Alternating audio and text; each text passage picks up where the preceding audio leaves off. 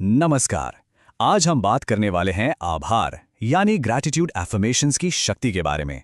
समझने की कोशिश करेंगे कि ये सिर्फ अच्छे अच्छे ख्याल ही क्यों नहीं हैं, बल्कि ये असल में हमारी जिंदगी में एक बड़ा बदलाव कैसे ला सकते हैं। जरा सोचिए, क्या एक छोटा सा विचार किसी का पूरा दिन बदल सकता है? अक्सर ऐसा होता है ना? और यही सवाल हमारी आज की पूरी बातचीत का आधार है। एक बड़ी दिलचस्प बात कही जाती है कि अगर सुबह उठते ही किसी का पहला विचार धन्यवाद हो तो उसका दिन चमत्कारी होने वाला है। अब ये सिर्फ एक अच्छी बात नहीं है, बल्कि इसे एक यूनिवर्सल लॉ की तरह देखा जाता है। मतलब ब्रह्मांड उन लोगों को और भी देता है जो पहले से मिली हुई चीजों के लिए शुक्रगुजार होते हैं। तो इसके पीछे का साइंस क्या है, ये काम कैसे करता है? तो चलिए इस चमत्कारी सुबह के पीछे का राज जानते हैं। इसे हम साइंस और कॉस्मिक मतलब ब्रह्मांडीय दोनों नजरियों से समझने की कोशिश करेंगे। तो सबसे पहले बात करते हैं साइंस की। यहां देखिए, ये स्लाइड दिखाती है कि आभार हमारे दिमाग पर क्या असर डालता है।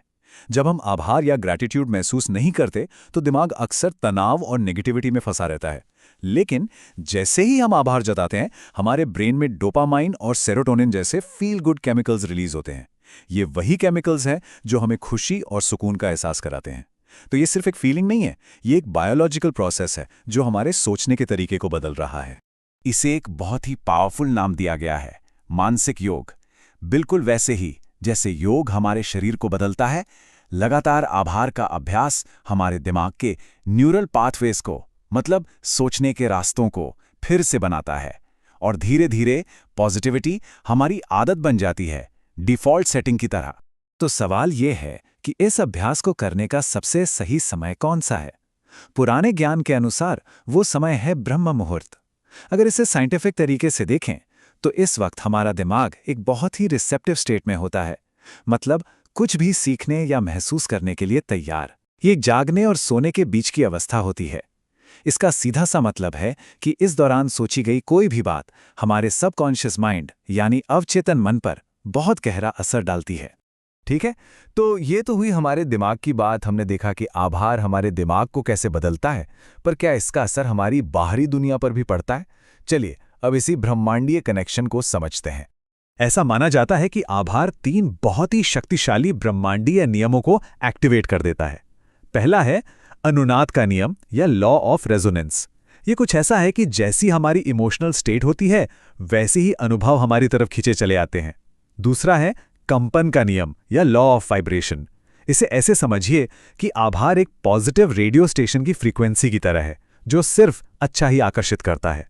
और तीसरा है धारणा का नियम या लॉ ऑफ अजम्पशन, मतलब जो हम अंदर से सच मान लेते हैं वही हमारी बाहरी दुनिया में सच होने लगता है। तो अब जब ये पता चल गया है कि ये क्यों और क्या है, तो चलिए अब इस पर आते हैं कि इसे कैसे करना है। इस पहले एफर्मेशन को देखिए, मैं असीम अवसरों के लिए एक शक्तिशाली चुंबक हूं। ये सिर्फ शब्द नहीं है, ये खुद को एक मैग्नेट की तरह देखने का नजरिया है जो अच्छी अपॉर्चुनिटीज को अपनी तरफ खींच रहा है। अब ये दूसरा वाला भी बहुत पावरफुल है। मेरी आवृत्ति अब प्रचुरता, उपचार और चमत्कारों के साथ संरेखित है। ये अपनी एनर्जी को एक रेडियो फ्रीक्वेंसी की तरह देखने के बारे में है, जैसे कि हम अपनी फ्रीक्वेंसी को अबंडेंस और चमत्कारों के स्टेशन पर सेट कर रहे हों। और ये तीसरा एफर्मेशन, मेरे जीवन की हर घटना मुझे महानता की ओर मार्गदर्शन कर रही है। ये हमें सिखाता है कि जिंदगी की चुनौतियों को भी एक बड़े पॉजिटिव सफर का हिस्सा समझें। मुश्किल वक्त में भी एक मकसद ढूंढने में मदद करता है ये। लेकिन यहां सबसे जरूरी चीज है कंसिस्टेंसी, यानी लगातार करना।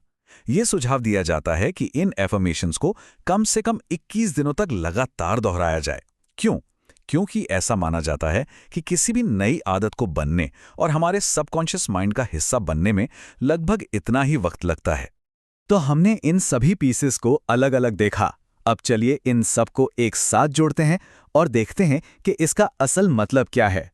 कहा जाता है कि ये शब्द सिर्फ वाक्य नहीं है, ये आपके भाग्य को फिर से प्रोग्राम करने का कोड है।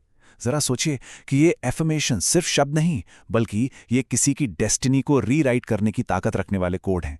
तो इस पूरी बातचीत से क्या बातें सामने आती हैं? पहली, साइंस हमें बताता है कि आभार दिमाग को बदलता है। दूसरी, कॉस्मिक लॉज कहते हैं कि ये हमारी एनर्जी को यूनिवर्स के साथ अलाइन करता है। और तीसरी सबसे प्रैक्टिकल बात ये कि लगातार अभ्यास से ही असली बदलाव आता है। तो मूल बात यह है कि आभार सिर्फ एक एहसास नहीं है, ये एक एक्टिव प्रोसेस है, कुछ करने का नाम है। तो आखिर में सवाल यही बचता है, कल सुबह कौन सी हकीकत चुननी है? याद रखिए, हर सुबह एक नई शुरुआत का मौका होती है और इसकी शुरुआत सिर्फ एक विचार से हो सकती है।